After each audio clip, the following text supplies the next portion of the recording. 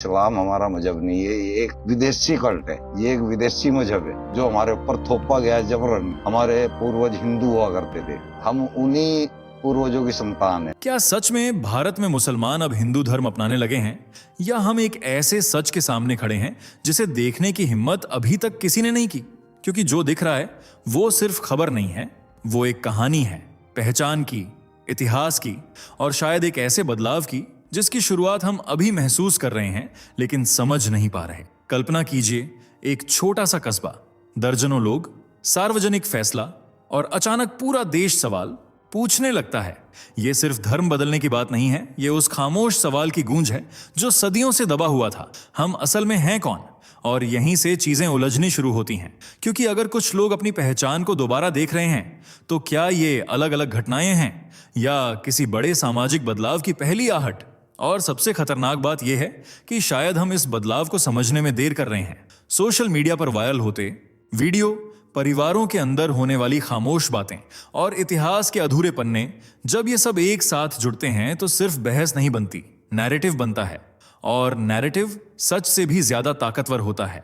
आज के इस वीडियो में हम सिर्फ क्या हो रहा है नहीं देखेंगे, बल्कि क्यों हो रहा है और आगे क्या हो सकता है उस पर परत दर परत बात करेंगे। लेकिन सावधान रहिए, जो आप सुनने वाले हैं वो शायद आपकी सोच को हिला दे, क्योंकि ये सिर्फ धर्म की कहानी नहीं है, ये पहचान की जड़ तक जाने वाली यात्रा है। चलिए, एक बात जल्दी से बताइए, ये वीडियो आपको खुद से ढूंढ कर मिला या यूट्यूब ने आपकी स्क्रीन पर सजेस्ट किया और आपने क्लिक कर दिया? क्योंकि हमें भी समझना है कि यूट्यूब हमारी आवाज आप तक कैसे पहुंचा रहा है। और अगर आप सच में एक जागरूक और देशभक्त हिंदू हैं, चैनल को अभी सब्सक्राइब करें, वीडियो को लाइक जरूर करें और अपने दोस्तों के साथ शेयर करना मत भूलिए। चलिए, अब बिना देरी के बढ़ते हैं आगे वीडियो की सबसे जरूरी बात की ओर। कुछ ही समय पहले एक बड़ा बयान सामने आया। कहा गया कि भारत के अधिकांश मुसलमानों की जड़ें कभी हिंदू समाज से जुड़ी रही हैं। यह बयान आते ही बहस छिड़ गई। सोशल मीडिया पर सवाल उठने लगे, क्या यह सिर्फ इतिहास की चर्चा है या आज के समय में कुछ बदल रहा है? इसी बीच मध्य प्रदेश के देवास में 35 मुस्लिम परिवारों ने सार्वजनिक रूप से हिंदू धर्म अपनाने का फैसला किया। सिर मुंडवाए गए, मंत्रोच्चार हुआ और पूरे इलाके में चर्चा फैल गई। किसी ने इसे घर वापसी कहा, किसी ने व्यक्तिगत आस्था का निर्णय। लेकिन एक बात साफ थी, यह घटना अकेली नहीं लग रही थी। इंटरनेट पर ऐसे कई वीडियो और खबरें दिखाई देने लगीं। अब असली सवाल यहीं से शुरू होता है, क्या ये कुछ अलग थलग घटनाएं हैं या किसी बड़े सामाजिक बदलाव की आहट? लोग अचानक ऐसा निर्णय क्यों ले रहे हैं? क्या इसके पीछे राजनीतिक माहौल का असर है या फिर यह इतिहास के किसी अधूरे अध्याय की वापसी है? जब एक ट्रेंड बार बार दिखाई देने लगे तो उसे नजरअंदाज करना मुश्किल हो जाता है। क्या हम सच में एक नए सामाजिक बदलाव के दौर में प्रवेश कर रहे हैं या ये केवल हमारी डिजिटल दुनिया का बढ़ा चढ़ाकर दिखाया गया प्रतिबिंब है? आज हम इसी सवाल की तह तक जाने की कोशिश करेंगे। अब यहां एक शब्द बार बार सामने आता है, घर वापसी। लेकिन यह सिर्फ दो शब्दों का मेल नहीं है, बल्कि एक पूरी सोच, एक पूरा नैरेटिव है। कुछ लोग इसे धर्म परिवर्तन नहीं मानते, बल्कि वापसी कहते हैं, यानी उस पहचान में लौटना जिसे वे अपने पूर्वजों से जुड़ा मानते हैं। उनके अनुसार अगर किसी के पूर्वज कभी हिंदू थे और बाद में किसी कारण से धर्म बदला तो दोबारा हिंदू धर्म अपनाना कन्वर्जन नहीं बल्कि रिटर्न है। यहीं पर भाषा का महत्व शुरू होता है। कन्वर्जन शब्द सुनते ही दिमाग में बदलाव, दबाव या प्रभाव की छवि बनती है, लेकिन घर वापसी सुनते ही भावनाएं जुड़ती हैं, अपनापन, जड़ें, पहचान। समर्थकों का कहना है कि यह व्यक्तिगत आस्था का फैसला है जिसमें व्यक्ति अपनी सांस्कृतिक जड़ों की ओर लौटता है। उनके अनुसार इसमें कुछ भी असामान्य नहीं है। वहीं आलोचक इसे एक संगठित अभियान मानते हैं, ऐसा प्रयास जो धार्मिक संतुलन को प्रभावित कर सकता है। उनके लिए यह केवल आध्यात्मिक निर्णय नहीं बल्कि सामाजिक और राजनीतिक संदेश भी है। तो सवाल सिर्फ यह नहीं कि लोग धर्म क्यों बदल रहे हैं, सवाल यह भी है कि हम उसे किस नजरिए से देख रहे हैं। शब्द बदलते हैं तो अर्थ बदल जाते हैं, और अर्थ बदलते हैं तो पूरी बहस का स्वरूप भी बदल जाता है। अब जरा कुछ पल के लिए कल्पना कीजिए, आप मध्यकालीन भारत में रह रहे हैं। न आधुनिक संविधान है, न धार्मिक स्वतंत्रता की वैसी स्पष्ट गारंटी। सत्ता बदलती है तो नियम भी बदल जाते हैं। शासक का धर्म ही अक्सर राज्य की दिशा तय करता है। इसी दौर में एक व्यवस्था सामने आती है, जजिया। सरल शब्दों में समझें तो यह एक कर था जो गैर मुस्लिम प्रजा से लिया जाता था। कहा जाता था कि इस कर के बदले उन्हें राज्य में रहने और अपने धर्म का पालन करने की अनुमति मिलती है। यानी अगर आप सत्ता के धर्म से अलग हैं तो आपको एक अतिरिक्त आर्थिक बोझ उठाना होगा। सोचिए उस समय की स्थिति, एक किसान, एक व्यापारी, एक कारीगर जो पहले से ही मौसम, युद्ध और अनिश्चितताओं से जूझ रहा है। अब उस पर अलग से कर लगाया जा रहा है। कर न देने की स्थिति में सामाजिक दबाव, कानूनी सीमाएं या असुरक्षा की भावना पैदा हो सकती थी। हर क्षेत्र, हर शासक की नीति एक जैसी नहीं थी, लेकिन कई स्थानों पर यह कर पहचान के आधार पर लगाया जाता था। ये कोई पाठ्य पुस्तक का ठंडा अध्याय नहीं था, ये लोगों के रोजमर्रा के जीवन को प्रभावित करने वाला अनुभव था। ऐसे माहौल में कुछ लोगों ने अपनी आस्था बदली, किसी ने स्वेच्छा से, किसी ने परिस्थितियों के कारण। पीढ़ियां बीतती गईं, नाम बदले, पहचान बदली, लेकिन स्मृतियां और कहानियां परिवारों में कहीं ना कहीं बची रहीं। इतिहास सिर्फ तारीखों का क्रम नहीं होता, वह सामूहिक स्मृति भी होता है, जो कभी कभी सदियों बाद फिर से चर्चा में लौट आता है। किन असली सवाल इतिहास से भी आगे का है। जब किसी परिवार की धार्मिक पहचान पीढ़ियों में बदलती है तो क्या सब कुछ बदल जाता है, या कुछ चीजें वैसी ही रह जाती हैं चुपचाप भीतर कहीं। समय के साथ नाम बदल सकते हैं, इबादत का तरीका बदल सकता है, त्योहार बदल सकते हैं, लेकिन खान पान, बोली, लोक कथाएं, पारिवारिक परंपराएं ये इतनी आसानी से नहीं बदलती। कश्मीर जैसे क्षेत्रों में आज भी ऐसे सरनेम मिलते हैं, पंडित भट्ट, डार भट्ट, जो कभी एक ही सांस्कृतिक धारा का हिस्सा थे। कुछ परिवारों में मुस्लिम पहचान के साथ भी पुराने उपनाम जुड़े रहे। ये सिर्फ नामों की समानता नहीं है, ये सांस्कृतिक परतों का संकेत है। कल्पना कीजिए, आपके दादा दादी किसी और धार्मिक पहचान से जुड़े थे, लेकिन आपने पूरी जिंदगी एक अलग पहचान में जी है। तब आपके भीतर कौन सी कहानी ज्यादा सच्ची लगेगी? वह जो आपको बचपन से सिखाई गई, या वह जो इतिहास की किसी परत से सामने आती है?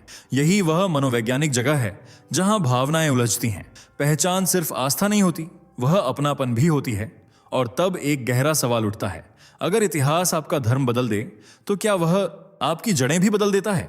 यही सवाल आज की बहस को भावनात्मक बना देता है। अब जरा वर्तमान की तरफ लौटते हैं। सोशल मीडिया पर अक्सर ऐसे वीडियो वायरल होते हैं जहां किसी नेता का व्यवहार धार्मिक संदर्भ में चर्चा का विषय बन जाता है। उदाहरण के तौर पर एक वीडियो में देखा गया कि जब सभा के दौरान अजान की आवाज आई तो एक भारतीय नेता ने कुछ क्षण रुककर मौन धारण किया। उसी के साथ एक और क्लिप शेयर की गई जिसमें दूसरे देश के एक मुस्लिम नेता भाषण जारी रखते दिखाई दिए। इन दोनों दृश्यों को साथ रखकर एक तुलना बनाई गई और फिर सवाल उठे, धार्मिक सम्मान किसे कहते हैं? यहां ध्यान देने वाली बात यह है कि यह तुलना केवल घटनाओं की नहीं बल्कि प्रतीकों की होती है। सार्वजनिक मंच पर दिखाया गया व्यवहार लोगों के मन में बड़े अर्थ ले लेता है। कई लोगों के लिए यह संदेश था कि भारत में धार्मिक सह अस्तित्व की भावना मजबूत है। कुछ मुस्लिम समुदायों के भीतर भी यह धारणा सामने आई कि यदि बहुसंख्यक नेतृत्व सार्वजनिक रूप से सभी धर्मों के प्रति सम्मान दिखाता है तो शायद माहौल पहले जैसा नहीं रहा। यह एक परसेप्शन शिफ्ट है, यानी धारणा में बदलाव।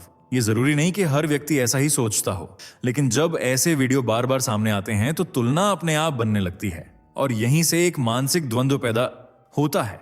क्या राजनीति और आस्था अलग हैं, या सार्वजनिक व्यवहार ही समाज की दिशा तय करता है? यही तुलना बहस को और गहरा बना देती है।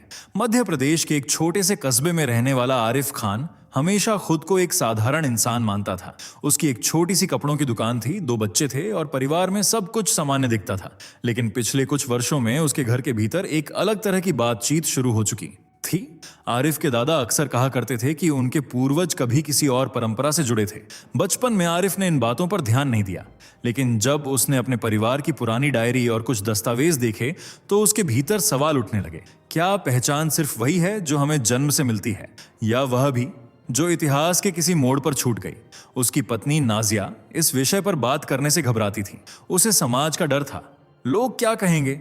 ये सवाल हर चर्चा का अंत कर देता। मस्जिद के कुछ परिचितों को जब उनके घर की अंदरूनी बहस का अंदाजा हुआ तो दबाव और बढ़ गया। फोन आने लगे, समझाइश दी जाने लगी। आरिफ खुद भी उलझा हुआ था। ये कोई छोटा फैसला नहीं था, ये सिर्फ धर्म बदलने की बात नहीं थी, ये बच्चों के भविष्य, रिश्तेदारों से संबंध और सामाजिक पहचान का सवाल था। फिर एक दिन उसने परिवार के साथ लंबी बातचीत की। उसने कहा, अगर हम यह कदम उठाते हैं तो यह किसी के खिलाफ नहीं होगा, यह सिर्फ हमारी समझ और हमारे दिल की शांति के लिए होगा। वह निर्णय आसान नहीं था, आंसू भी थे, डर भी था, लेकिन उस क्षण में उन्हें लगा कि वे किसी विचारधारा के पीछे नहीं बल्कि अपनी व्यक्तिगत सच्चाई के पीछे खड़े हैं। ऐसी कहानियां सार्वजनिक रूप से कम सुनाई देती हैं, लेकिन शायद बदलाव की असली शुरुआत हमेशा घर के अंदर एक शांत बातचीत से होती है। अब एक और महत्वपूर्ण पहलू समझना जरूरी है। क्या यह बदलाव जमीन पर उतना बड़ा है या हमारी स्क्रीन पर? आज यूट्यूब, फेसबुक और व्हाट्सएप जैसे प्लेटफॉर्म केवल खबरें नहीं दिखाते बल्कि भावनाएं भी एम्पलीफाई करते हैं। अगर किसी शहर में 20 से 30 परिवार धर्म परिवर्तन करते हैं तो पहले यह एक स्थानीय घटना होती थी, लेकिन आज वही घटना कुछ घंटों में लाखों लोगों तक पहुंच जाती है। वीडियो बनते हैं, फिर उन पर रिएक्शन वीडियो बनते हैं, फिर डिबेट्स शुरू हो जाती हैं। एल्गोरिदम वही दिखाता है जो लोगों को रोक कर रखे, और धर्म, पहचान और इतिहास जैसे विषय स्वाभाविक रूप से हाई एंगेजमेंट टॉपिक्स हैं। जब एक वीडियो वायरल होता है तो दर्शकों को लगने लगता है कि यह हर जगह हो रहा है। यहाँ सोशल प्रूफ काम करता है। अगर हम बार बार किसी चीज को देखते हैं तो हमारा दिमाग मान लेता है कि वह एक बड़ा ट्रेंड है। साथ ही डिजिटल ट्राइबलिज्म भी सक्रिय हो जाता है। लोग अपने अपने विचारों के अनुसार कंटेंट शेयर करते हैं, अपनी कम्युनिटी के भीतर उसे रीइंफोर्स करते हैं, यानी कहीं मैं किसी बड़े बदलाव से पीछे तो नहीं रह गया।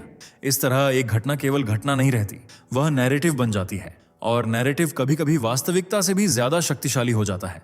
अब यहां रुककर एक शांत सवाल पूछना जरूरी है। क्या यह सचमुच एक बड़े पैमाने का आंदोलन है, या कुछ घटनाएं हैं जिन्हें हम बड़े फ्रेम में देख रहे हैं? स्पष्ट और व्यापक आधिकारिक डेटा इस विषय पर बहुत सीमित है। कुछ घटनाएं स्थानीय स्तर पर दर्ज होती हैं, कुछ मीडिया में आती हैं, और कई तो केवल सोशल मीडिया तक ही सीमित रह जाती हैं। इसलिए यह तय करना आसान नहीं कि संख्या वास्तव में तेजी से बढ़ रही है या केवल उनकी दृश्यता बढ़ी है। कुछ मामले व्यक्तिगत निर्णय हो सकते हैं, परिवारों के निजी चुनाव, कुछ प्रतीकात्मक हो सकते हैं जहां संदेश संख्या से ज्यादा महत्वपूर्ण होता है। मीडिया फ्रेमिंग भी यहां अहम भूमिका निभाती है। एक ही घटना को अलग अलग तरीके से प्रस्तुत किया जा सकता है, कहीं व्यक्तिगत आस्था के रूप में तो कहीं संगठित अभियान के रूप में। और यहीं असली सवाल उभरता है, क्या वास्तव में लोगों की संख्या बढ़ रही है, या बस कैमरे और इंटरनेट की रोशनी अब पहले से ज्यादा तेज हो गई है? संतुलित दृष्टिकोण यही कहता है कि निष्कर्ष पर पहुंचने से पहले हमें भावनाओं से थोड़ा पीछे हटकर तथ्यों को देखना चाहिए, क्योंकि हर ट्रेंड जो दिखता है वह जरूरी नहीं कि उतना व्यापक भी हो। लेकिन शायद यह चर्चा केवल धर्म परिवर्तन तक सीमित नहीं है, यह उससे कहीं बड़ी बात को छूती है। पहचान की जटिलता। भारत जैसे देश में धर्म और संस्कृति हमेशा एक ही चीज नहीं रहे। कोई व्यक्ति धार्मिक रूप से अलग हो सकता है, लेकिन भाषा, खानपान, संगीत, लोक कथाएं और सामाजिक रीति रिवाजों में गहरी समानता रख सकता है। एक ही गांव में मंदिर की घंटियाओं और मस्जिद की अजान सदियों से साथ सुनाई देती रही हैं। तो क्या पहचान सिर्फ पूजा पद्धति से तय होती है, या वह उन सांस्कृतिक परतों से भी बनती है जो पीढ़ियों से साथ जीती आई हैं? भारतीय पहचान खुद में बहुस्तरीय है। यहाँ लोग एक साथ कई पहचानों के साथ जीते हैं, क्षेत्रीय, भाषाई, धार्मिक, जातीय और राष्ट्रीय। कभी कभी ये परतें एक दूसरे से टकराती हैं और कभी एक दूसरे को मजबूत करती हैं। यही वजह है कि घर वापसी जैसी बहसें केवल राजनीति की भाषा में नहीं समझी जा सकती, वे उस साझा विरासत को भी छूती हैं जो सदियों से मिश्रित रही है। तो क्या पहचान परतदार हो सकती है? क्या कोई व्यक्ति अपनी वर्तमान आस्था के साथ अपने सांस्कृतिक अतीत को भी स्वीकार कर सकता है? और क्या इतिहास, जो कभी विभाजन का कारण बना, भविष्य में जुड़ाव का पुल बन सकता है? शायद असली प्रश्न यही है, हम अपनी पहचान को सीमित करना चाहते हैं या उसे व्यापक बनाना। तो अगर हम पूरी चर्चा को पीछे मुड़कर देखें तो तस्वीर कई परतों में सामने आती है। कुछ हालिया घटनाएं, घर वापसी जैसे शब्दों की अलग अलग व्याख्या, इतिहास की जटिल पृष्ठभूमि, पहचान का मनोविज्ञान, सोशल मीडिया का प्रभाव और वर्तमान राजनीति की प्रतीकात्मक छवियां, ये सब मिलकर एक बड़ा नैरेटिव बनाते हैं। कुछ लोग इसे आस्था की स्वतंत्रता कहेंगे, कुछ इसे सामाजिक बदलाव का संकेत मानेंगे, कुछ इसे केवल डिजिटल युग की बढ़ी हुई दृश्यता समझेंगे। लेकिन शायद यह केवल आंकड़ों का सवाल नहीं है, यह केवल कितने लोग बदल रहे हैं इसका सवाल नहीं है। This is not about numbers, it's about narrative. Narrative यह तय करता है कि हम किसी घटना को कैसे समझते हैं, वही तय करता है कि एक निर्णय वापसी है या परिवर्तन, व्यक्तिगत है या राजनीतिक, ऐतिहासिक है या समकालीन। भविष्य क्या होगा ये कोई निश्चित रूप से नहीं कह सकता। समाज लगातार बदलता है, पहचानें भी बदलती हैं, विकसित होती हैं, लेकिन हर बदलाव के केंद्र में एक इंसान होता है, उसकी आस्था, उसका डर, उसकी उम्मीद और उसका अपनापन। शायद आने वाले समय में यह बहस और तेज होगी, शायद शांत भी हो जाएगी, लेकिन अंत में एक सवाल हमारे सामने रहेगा, क्या यह सचमुच धर्म परिवर्तन की कहानी है या अपनी जड़ों को नए नजरिए से देखने की कोशिश? May be this isn't about conversion, may be it's about rediscovery. अगर आपने यहां तक पूरा वीडियो देखा है तो अब मैं आपसे एक सीधा सवाल पूछना चाहता हूं, आप इस मुद्दे को किस नजर से देखते हैं? क्या यह व्यक्तिगत आस्था का फैसला है, सामाजिक बदलाव का संकेत है, या सिर्फ एक डिजिटल नैरेटिव? अपनी राय नीचे कमेंट में जरूर लिखें, क्योंकि आपकी सोच इस चर्चा को और गहराई दे सकती है।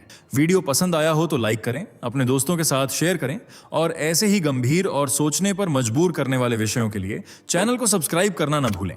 मिलते हैं अगले वीडियो में। दोस्तों, आपको स्क्रीन पर 2 और वीडियोस दिखाई दे रही हैं, जिसे देखने के लिए स्क्रीन पर क्लिक करें।